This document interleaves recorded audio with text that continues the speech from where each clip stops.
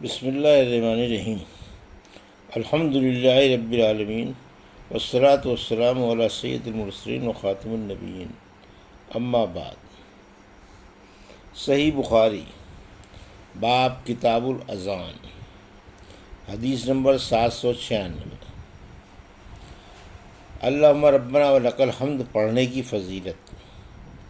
ہم سے عبداللہ بن یوسف تنیسی نے بیان کیا، انہوں نے کہا کہ ہمیں امام مالک نے سمیع سے خبر دی، انہوں نے ابو صالح ذکوان کے واسطے سے بیان کیا، انہوں نے حضرت ابو ہریرہ رضی اللہ عنہ سے کہ نبی کریم صلی اللہ علیہ وسلم نے فرمایا، جب امام سمیع اللہ لمن حمدہ کہے تو تم اللہم ربنا ولک الحمد کہو، کیونکہ جس کا یہ کہنا فرشتوں کے کہنے کے ساتھ ہوگا اس کے پچھلے تمام گناہ بخش دیے جائیں گے۔ حدیث نمبر 797۔ ہم سے معاذ بن فضالہ نے بیان کیا، انہوں نے حشام دستوائی سے، انہوں نے یحییٰ بن ابی کثیر سے، انہوں نے ابو سلمہ سے، انہوں نے حضرت ابو ہریرہ رضی اللہ عنہ سے، انہوں نے کہا کہ لو میں تمہیں نبی کریم صلی اللہ علیہ وسلم کی نماز کے قریب قریب کر دوں گا۔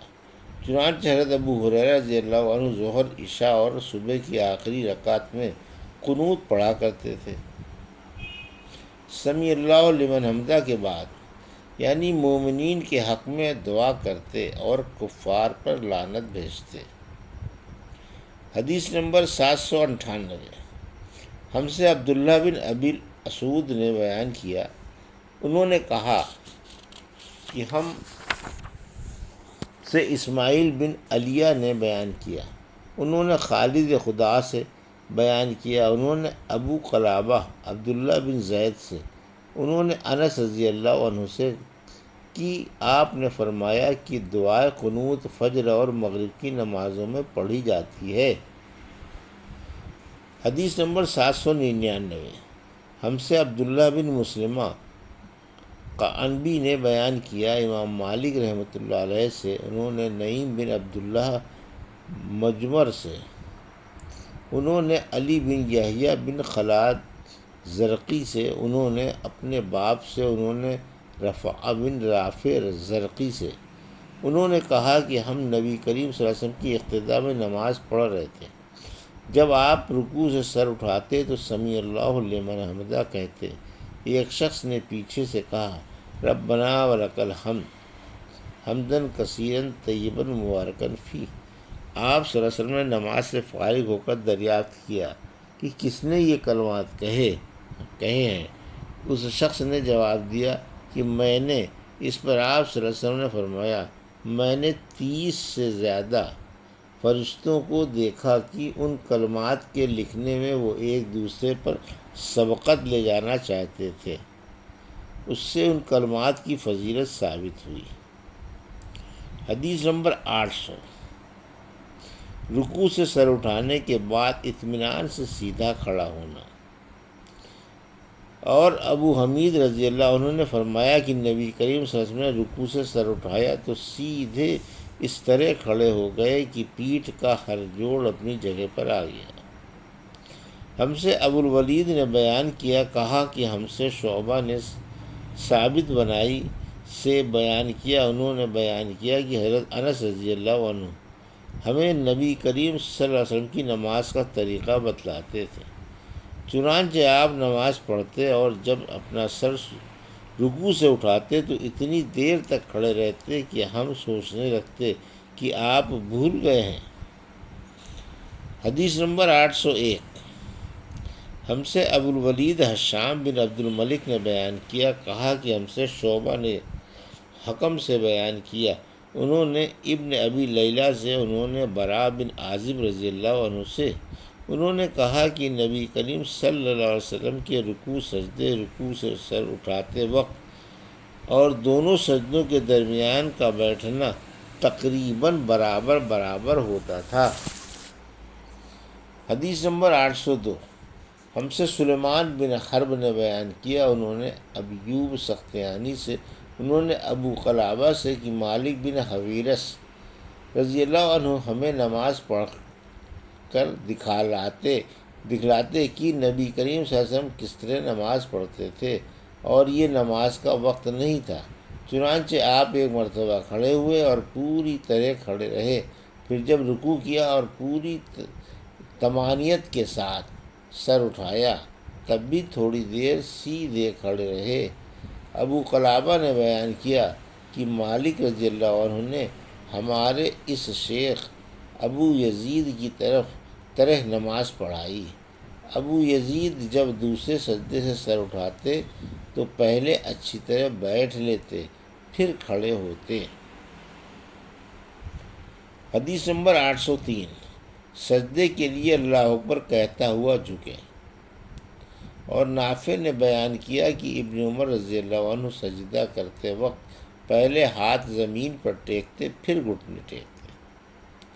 ہم سے ابو الیمان نے بیان کیا، انہوں نے کہا کہ ہمیں شعیب نے خبر دی، انہوں نے زہری سے، انہوں نے کہا کہ مجھ کو ابو بکر بن عبد الرحمن بن حارث بن حشام اور ابو سلمہ بن عبد الرحمن نے خبر دی کہ حضرت ابو ہریرہ رضی اللہ عنہ تمام نمازوں میں تکبیر کہا کرتے تھے، خواہ فرض ہو یا نہ ہو، رمضان کا مہینہ ہو یا کوئی اور مہینہ ہو۔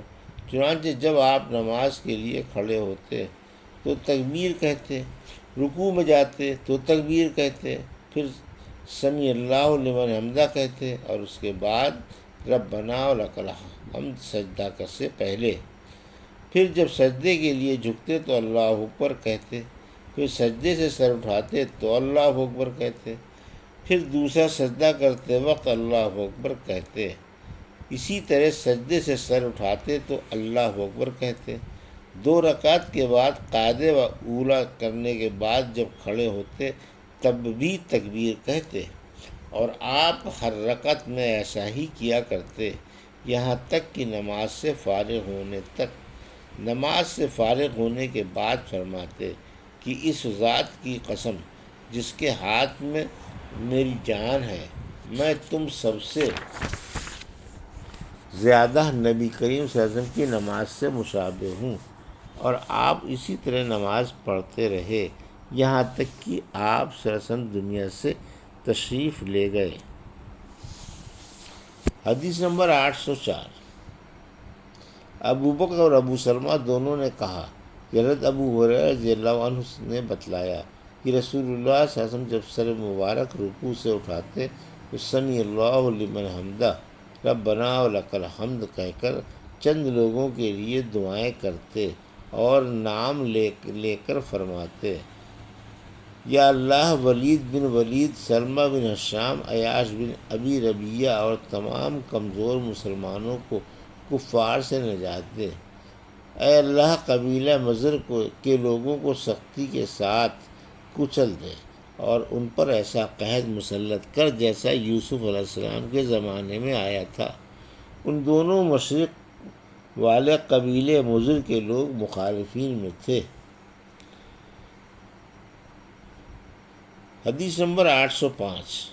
ہم سے علی بن عبداللہ مدینی نے بیان کیا، کہا کہ ہم سے سفیان بن عینیہ نے بارزہری سے یہ بیان کیا کہ انہوں نے کہا کہ میں نے سیدنا انس بن مالک رضی اللہ عنہ کو یہ کہتے ہوئے سنا کہ رسول اللہ صلی اللہ علیہ وسلم گھوڑے سے زمین پر گر گئے۔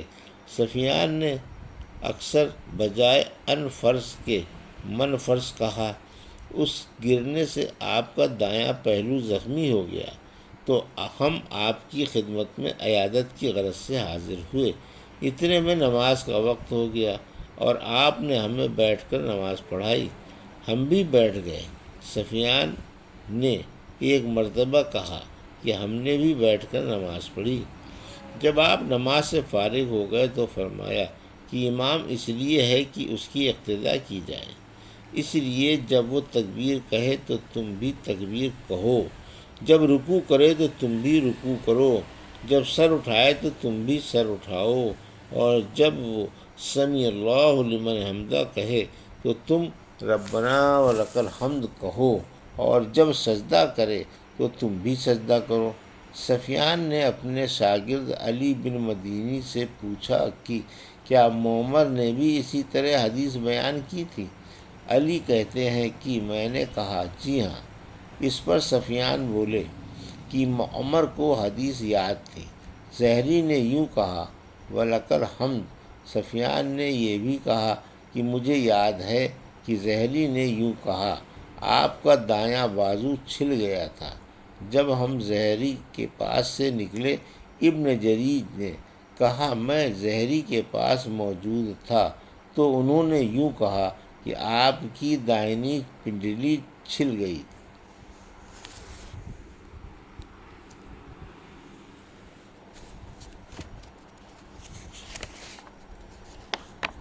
یہ تھی صحیح بخاری باب کتاب الاذان کی حدیث نمبر 796 سے 805 کا اردو ترجمہ جو ابھی آپ نے سماعت فرمایا۔ اللہ سے دعا ہے کہ اللہ ہمیں ان حدیثوں کی صحیح سمجھ عطا فرما اور ان پر عمل کرنے کی توفیق عطا فرما، آمین یا رب العالمین۔